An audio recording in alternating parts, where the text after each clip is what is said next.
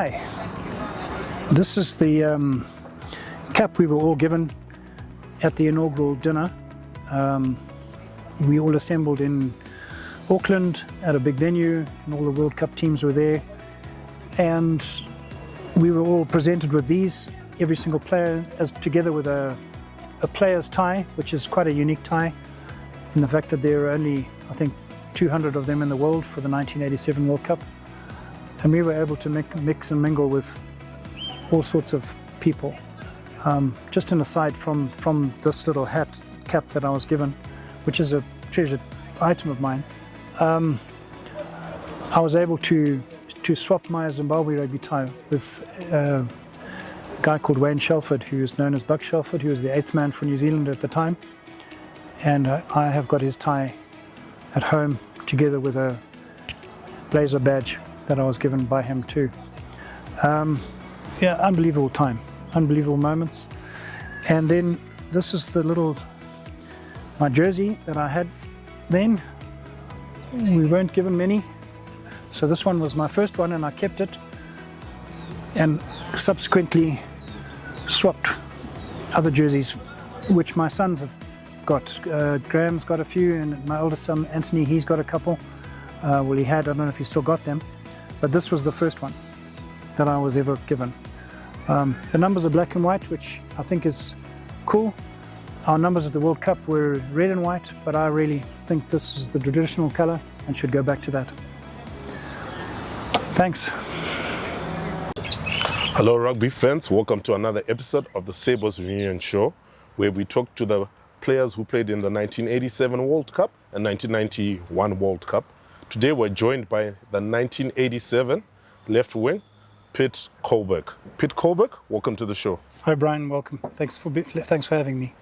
Pete, at what age did it come to your mind when you eventually were chosen to represent Zimbabwe in the 1987 World Cup? But as a youngster, what made you really want to take up the game of rugby? It was the ethos behind the game. As a young boy, we played rugby from standard 3, which I don't know what that is now, grade 4, I think, or 5, I'm not sure. You're 8 or 9 years old, you start. And we would come and watch the national games in those days were played at the police grounds. And Rhodesia at the time was part of the Currie Cup. And we had amazing players and amazing people. And it captivated you as a young boy that this is what you want to do, if it's what you like doing. I mean, others play cricket, they like that. I liked rugby, so I started playing rugby when I was very young. And when you were a boy, did it dawn you that eventually you're going to play for the Sables? No, I didn't. Everyone aspires to play for their country, but it's like a daydream. It's like a daydream, Brian. You play in the backyard and you pretend that you, whoever the hero is at that time, and you think that you might, at that particular moment, you're playing for your country. But it didn't actually dawn on me that I would eventually play for the country. So when I did, it was a massive honor. And can you take us moments when you eventually made your debut? What year did you make your debut? I made my debut in '87. We had a few games against Portugal and Russia and Spain here. The one was against Russia it was memorable for the wrong reasons. We played at Sports Club at police grounds on a Sunday, and it was a very physical game. And I think one of the Russian players, I can't remember the ref's name, but he hit the ref and all hell broke loose on the field, and it was quite pretty. But yeah, that wasn't memorable for the right reason. It was memorable for the wrong reasons. The memorable ones will have to be the ones at the World Cup. And where were you born and what year? I was born in Kwekwe in 1963 and lived on a cattle farm east of Kwekwe, between Kwekwe and Mvuma. And which schools did you go to? I started at Rosawi, and then I moved to Reps in Bulawayo. And then from Reps, I went to chaplain school in Gweru. And after that, I went to school in South Africa. Is that where you matriculated in South Africa, or you went for your tertiary education? I matriculated in South Africa, and then I went to the university in Pietermaritzburg. Oh. Yeah. And back then, rugby didn't pay any bills. But what made you continue playing as much as rugby was not professional? For the pure enjoyment of it, the camaraderie that you get from playing, the friends you make, the ethos of the sport where it's gentlemanly, you can have a battle on the field, but you're mates afterwards. Just that sense of belonging, sense of team, sense of mates, sense of loyalty to your mates, them to you. It goes a long way. And I don't think there's many sports that you get that. And what lessons can you draw from rugby which you use in your daily life? Interesting. Strive to be the best you can always. So try and be the fittest you can when you're playing.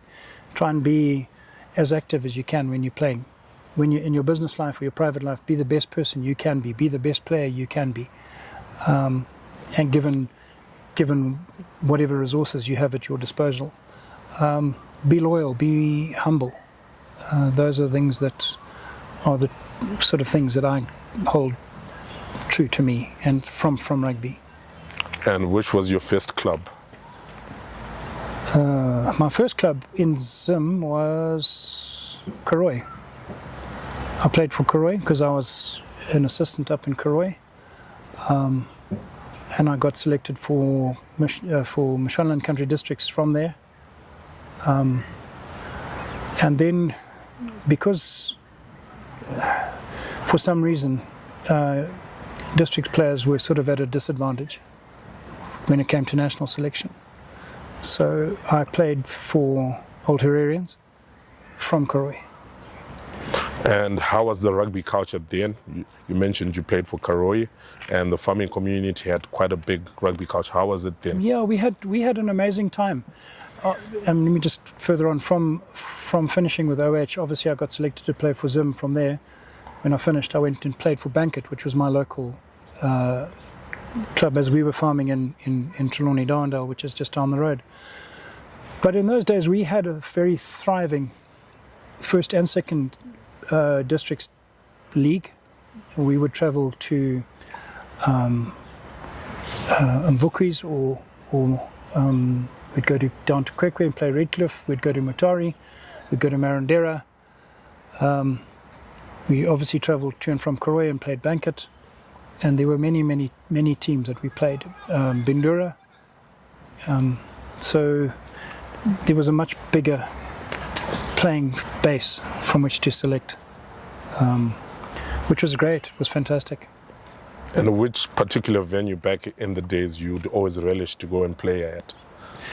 In Harare or out in the districts? Just the whole country. Which venue? Police grounds. We used to have the interprovincial tournament there. I think it was called the Black and White. I don't know if it's still running. And districts won it in the year that I played, or a couple of years that I played. And it was a big thing. We played Mashonaland, we played Midlands, we played Matabeleland, all in an interprovincial thing at one venue, which was great. But at club level, Banket was a good ground. Karoi was a great ground. Yeah. And what do you remember the most about traveling down to Banket when you played them? From Karoi, we just knew it was going to be, it's much the same as a rivalry that exists nowadays between Sports Club and OH, or I don't know if that's still the big rivalry, but it was then, Karoi Banket was quite a big one. Mvukwis and Mvurui and Banket was quite a big one, and Karoi, we were all that side of the country, you see. So we had a lot of competition. Beatrice was also a tough group of people to play. It was always good, a lot of fun though. Yeah. Yeah. And growing up, who were your role models or people you'd emulate to make your life towards against them? Sorry, I don't understand the question. Growing up, Yeah. who were your role models? My role models would be my dad and my grandfather in life, and generally being a human and being a man. On the sports field, my sort of, with rugby, idols were all the big names of Rhodesian rugby at the time. The Ray Morts, the David Smiths, the Danny Delports, the Ian Robertsons, Eric Barrett, who I actually had the good fortune of playing with at OH and in the World Cup. Those were the people that I wanted to emulate. But in terms of who I am and what I believe in, it was mainly my dad and my granddad. Yeah. And you mentioned about these role models. Growing up, when you were still doing school, any particular coaches that gave you any information that still sticks with you right now? Yeah, there was a guy called, there were two guys actually. One was Mr. Heymans, and he said to me that his famous thing was, a man is never as fast as a ball well passed. So if anyone can learn anything from that, at timing of your pass, you'll always beat the man, because there never is a man faster than the ball. And the other one was Mr. Fulyoun from Chaplin, and he said, look for space, always look for space. Yeah. And you went to Chaplin. When you were at Chaplin, which fixtures would you look forward to as a schoolboy? In those days, it was weird. Well, not weird. It was just because there were so many schools and so many competitions. We very seldom played Harare schools. I think I only ever played Prince Edward once, and I never played any others. I never played Peterhouse, never played Saints, never. We had, I think, 13 or so fixtures in a term, in the winter term, and those were basically as far as Kadoma, Kwekwe, then we'd play Thornhill and Guinea Fowl, and then all the Bulawayo schools, which included Northley, Milton, Falcon, Plumtree, Gifford. Yeah. So we had many fixtures. There were too many for us to have to come up and play here as well. And you have saved the game in many various forms. What made you to even stay within rugby, even post-retirement playing? You're still involved. For the love of the game. You know, if you love it and you've gotten joy out of it, and it's given you so much fun and so much good times, it's good to give back. I gave back in the form of refereeing. I refereed for a while, and then I was involved with the Sevens, organising tournaments, and we organised a few here. I think one on the cricket pitch. So yeah, it was just to give back to the game that had given me so much in my life. And if it wasn't rugby, which sport would you have taken? Probably tennis or basketball. You play basketball? Yeah. Yeah. What position did you play basketball? Oh, I don't know. It was a long time ago. I just was told by the coach, get on the field and play, and I liked it because it's very similar in terms of finding space, passing the ball, a team sport, agility. It's good. Yeah. Pete, we're going to continue with the conversation. We're just going to take a brief break. Hello, rugby fans. You're still tuned into the Sables reunion show, where we talk to the class of 1987 and 1991, where we reminisce all these moments that these great legends laid the foundation for the current Sables generation. See you after the break.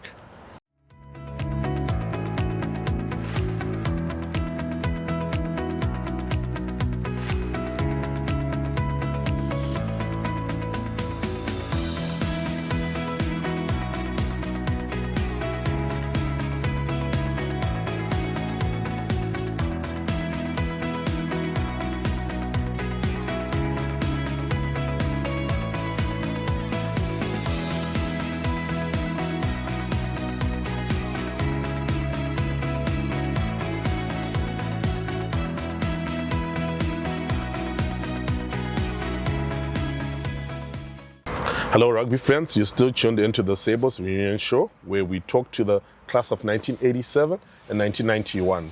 We're still with the 1987 left wing, Pete Kaulback.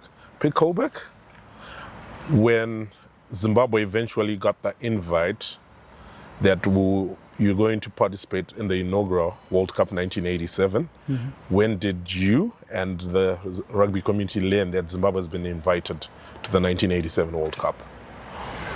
I can't remember, to be honest, but I think we left in the May or the June, so we would have been told earlier on in that year, sometime January, February, I guess, or maybe at the end of the previous year. I can't honestly remember. I just knew it was a time of great excitement and a great anxiousness as, am I going to make the side, am I not, am I going to be dropped, am I going to have the opportunity to go to the pinnacle of any sportsman's life, is to represent their country on the world stage at the biggest tournament there is in that sport. And the World Cup, you don't get much bigger than that. And where were you when the squad was announced and your name was on the team sheet that you'll be going to New Zealand for the inaugural 1987 World Cup? I was a student at Blackford Bee Tobacco Institute, just on the Hararis, just south of Harare. And obviously I was coming to practice to practice at OH during the week. And I was told either at college or at OH, I can't remember, but it was a very exciting time. And the build-up to the tournament, what was the mood around the camp, and did you play any preparatory games before the World Cup? Yeah, we played the ones I mentioned earlier. I think we played Russia, we played Portugal, we played Scotland. I can't remember exactly whether they were before or after, but we certainly had good preparation for the game. We had amazing coaches in the form of the legendary Brian Murphy and many others that came to help us and get us fit. Ian Robertson was involved in getting us fit. Yeah, it was different in those days. It was amateur, and we didn't have dietitians, and we didn't have a strength coach, and we didn't have a forwards coach. We just had a coach. Yeah. And when you arrived in New Zealand, can you take us through the moments of the first game where we came very close from beating Romania? Did it set the tone for the World Cup? It did. We were devastated, and I think we got overexcited, to be honest, because we could have won that game, and we should have won that game. But we didn't take our time. We were inexperienced. I thoroughly enjoyed that game, having set up, I think, Richardson before his second try. I set him up, and he went and scored, and we were set to win the game. And I don't know what happened. I think we got overexcited, and we didn't have the experience to calm down, slow down, look at the scoreboard, check where you are in the game. Bearing in mind, in those days, I think we had 2 subs, and that was it. So that it was great that we got off to a good start, but it was disappointing that we lost the game that we could have won and should have won. And which game stands out for you from the 87 World Cup? For me, it's a little bit of a personal, I don't like to sort of shout out at the rooftops about it, but the France game was probably the best game for me, only because I scored in that game against France at Eden Park, which is quite a thing to do. As I said to you, I think we only had two subs, and we'd used both of those in the first half. So we were down to a team or maybe 14 men. The result was immaterial. We got beaten soundly, as we should have, by a top-tier nation. But we didn't disgrace ourselves. And for me, that was a memorable moment in my life, and I will never forget the feeling of scoring a try for your country in a World Cup at Eden Park, which is probably one of the sort of best-known places for rugby in the world. And what lessons did you learn from that 1987 World Cup? Keep your heads on. You know, there's a game that we could have won, and that was Romania, and we didn't, because we didn't think. Just take stock and don't get too excited, and just just honour the jersey, you know. Don't take it for granted. Don't take the work that the back staff do, the coaches do. They sacrifice a lot of time, a lot of family time, a lot of money in some cases, to make sure that you play. And that involves the person who organises the baggage, the person who buys your air tickets, all the people that do a lot of work that goes unnoticed so that you can go and perform on a field. And I think we must never lose sight of that and never take that side of the game granted and never take the team or the jersey for granted. And for team selection for the 1987 World Cup, do you think the selection was biased towards certain clubs or? No, I don't think so. I think there was a pretty good sprinkling of. There were obviously 2 or 3 predominant Harare clubs, that being All Georgians Sports Club and OH, from which the majority of the players came. But there were some district players and some from the Midlands. But we had a very, very small player base to choose from. If you think about it, we basically have 5 clubs, 5 first league clubs at the time, with a sprinkling of probably less than 100, maybe 150 players to choose from, as opposed to 300,000-400,000 from England. And in the 1987 World Cup, Jellico was the captain. Yes. What lessons did you draw from his captains during that World Cup? He was great. He was a really good at gelling people. We had a lot of fun, and he got the balance right between taking the job seriously and being there to enjoy ourselves, which we did. And he was a great leader, and hats off to him and to the other senior players in the side. And how was it playing with the late Richard Simba? It was awesome. He was an unbelievable talent, incredible, and that's proven in the fact of all the accolades he was awarded in South Africa. He was really good guy. There was never an issue. He was a team player through and through, and he was an unbelievable talented centre. And at club rugby, which were one of your friends, or sorry, not friends, which are one of the players who became friends post rugby, but they were at the opposite team during your playing days? Oh, there were many, and they were mainly from the World Cup squad. And Mike Martin played for Sports Club. Jumbo Davidson played for Sports Club. Andre Buitendijk played for Sports Club and for Alex. And we are great mates. We communicate all the time. Kevin Graham played for OH. I don't see him often, but he's a friend. Craig Brown. We all still mates. Rolf Kuhn. They're all mates, and that's what rugby does. It creates lifelong friendships, which are invaluable.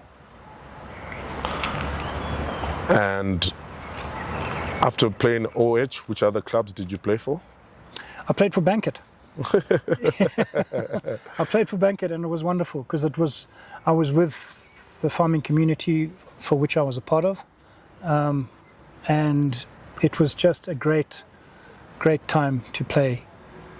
Relaxed, chilled rugby, and really enjoyed it, and at a good level. The club district's club teams were very good at the time, and it was a pleasure to play in that side. And you played left wing. Did you play any other position, or you always a wing? For Zimbabwe, I only played wing, but I did play. I played outside centre at school. I played fullback before. Yeah, basically that's it. I've never played in the forwards. And how quick were you back in your days? That's a hard question to ask, because other people are going to say, no, he was a cart horse. And well, I figured I was reasonably fast. I would do the 100 probably in 11 seconds. Pete, we're going to take another break, and we're going to continue chatting about your 1987 experience of the World Cup, and also talking about your journey with the sport. Cool. All right. Rugby fans, you're still tuned into the Sables Reunion Show. We're going to take a brief break. See you after these messages.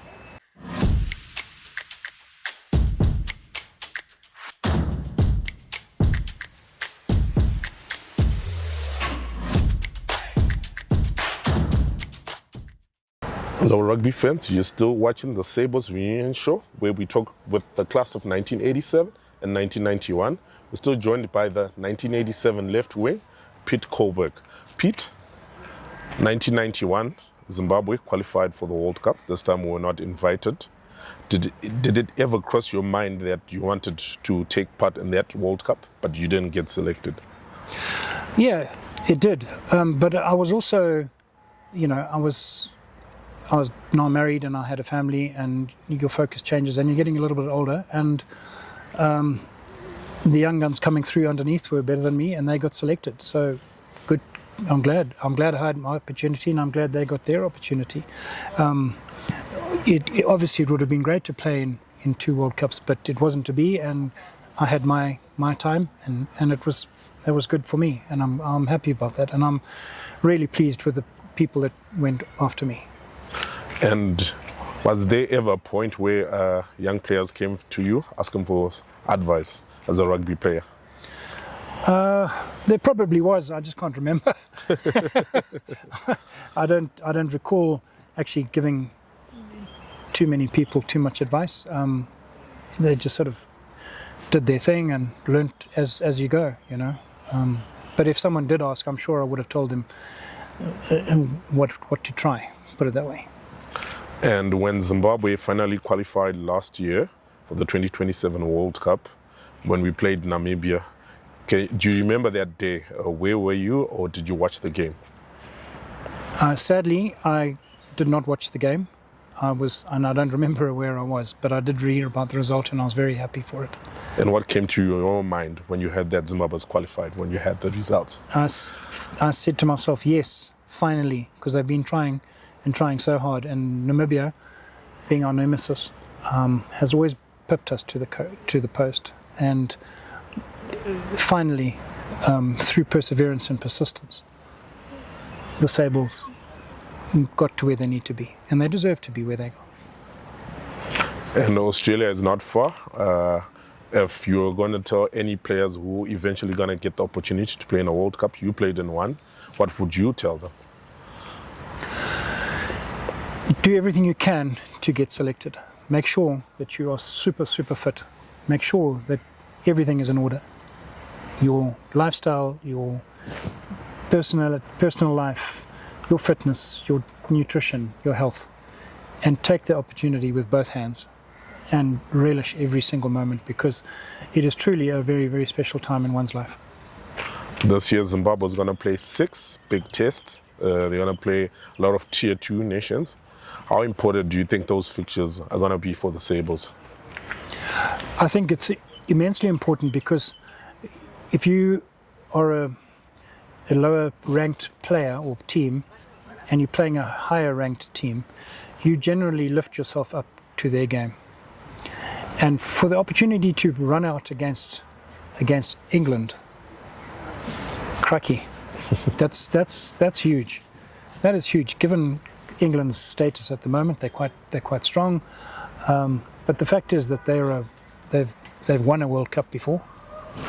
They're a Six Nations big deal, and we're a tiny little Zimbabwe playing against a country that can draw from hundreds of thousands of players, where we can only draw from a few thousand. So yeah, it's going to be massive. Georgia will be good. I forget who else we're playing. I think we're playing Wales. No? We're playing Wales and Tonga and England. Yeah, again, respect them. Respect them. Don't disrespect them, because that's when the wheels come off. Respect every team that you play against. They've all got abilities that you don't have. You're a referee post-retirement. Which are the laws or things about the modern game, which you like and which you dislike? Wow, Brian, that's putting me right on the spot. Okay, let's start with one I like.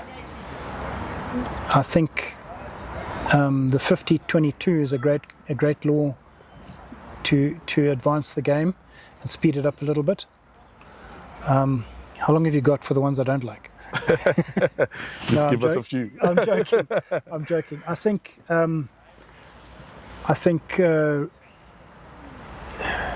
the emphasis on safety player, although essential and is good. I think the fact that we've got now smart mouth guards which indicate whether someone's had a head injury or whatever. I just feel that the feel for the game has gone out from the referees. And I think, and I'm going to say it, I think the TMO is too involved. I feel the referee needs to get back and control the game and ask for advice if needed. I think going back one phase before a try is scored is okay. Where the TMO is essential, and it's a good thing, is to determine whether tries be scored or not. But to stop because a guy's arm slid up off the shoulder and brushed the guy's head, in terms of the law, the referees are right, but as a spectator, I'll turn the TV off. So I think, to summarize, I think they're good laws. I just think there has to be less TMO interference and let the referee make the call. And I will cite Holly Davidson in a recent game where she was outstanding. She made 2 wrong calls, she was corrected, she says, okay, cool, let's get on with the game, reversed those decisions, and we went on. We weren't sat in front of a TV watching slow-mo replays for however long to determine whether someone's nose had been brushed or not. That's the biggest bugbear for me. Do you think you played at the highest level in Zimbabwe? Do you think that impact shaped your son Graham to eventually take up the sport? All of our children are sporty, and we never. I made it a point not to push or force them in any direction. They must choose what they want to do. So, and I think subconsciously, yes, perhaps because I played rugby and I had an interest in rugby, and he was always at a rugby field with me, and blah blah blah. He developed a passion and a talent. He's far more talented than I was, and because he's played it for the national team in two sports. He's played at sevens and the 15s. And when he made his debut for the Sables, what came to your mind when your son was big? Immense pride, and it was a really, really special occasion because I told him not to go and buy a blazer. I told him, don't go and buy a blazer, you can have mine. He says, Dad, yours will be too big. I said, maybe not. Anyway, so I was able to give him my blazer for him to carry on working, to use when he was given his colours. And currently, what are you doing in your life? I work with Graham in his business. I run a few cattle and help some people with cattle. And I dabble in some biltong. Yeah. And what lessons in rugby which you have applied in your business? Again, I come back to respect. Respect everybody. Respect your customers. Respect people. Respect the situation. Don't take anything for granted. Tomorrow's sale is not guaranteed. Be humble. Be pleasant. You don't know that person's journey. And just take time to listen if you can. Sometimes we all get heated up and at the spur of the moment we say and do things that are wrong. It's good to take a breath, walk away, come back and deal with it properly, rather than being hot-headed and reactive, which I used to be. I'm not anymore. And as the class of 1987 and 91, are you guys planning to travel to Australia and support the team? I'm not sure. I think there are some that are traveling. I think getting tickets is a bit of a problem at the moment because I think it's on an auction, or I'm not sure even know how it works, to be honest. But I was speaking with Alex Nicol, who I think you've interviewed recently, and he's trying to get as many of us 87 people and 91 together soon. I'm not sure when or where or how, but I certainly, unfortunately, won't be going to Australia. And from the class of 1987, what are your parting words you can tell to the rugby community? Right now, embrace this moment. Enjoy it. Enjoy the moment. Don't worry about the results. Let the processes take care of that. Enjoy the moment. Go out there. Trust your coaches. Trust the system. Believe in what's happening for you and being done for you. Believe in yourself. Believe in the team. And above all, never ever take the jersey for granted. The jersey is much bigger than you'll ever be. Pete, it's been a pleasure having you on the show and talking about your rugby journey and your experience in the 1987 World Cup. Thank you, Brian. Appreciate it. Thanks for having me. It's been a pleasure. Rugby fans, this was the 1987 left wing, Pete Kaulback. We went through his rugby journey and he shared his insight of his experience in the 1987 World Cup.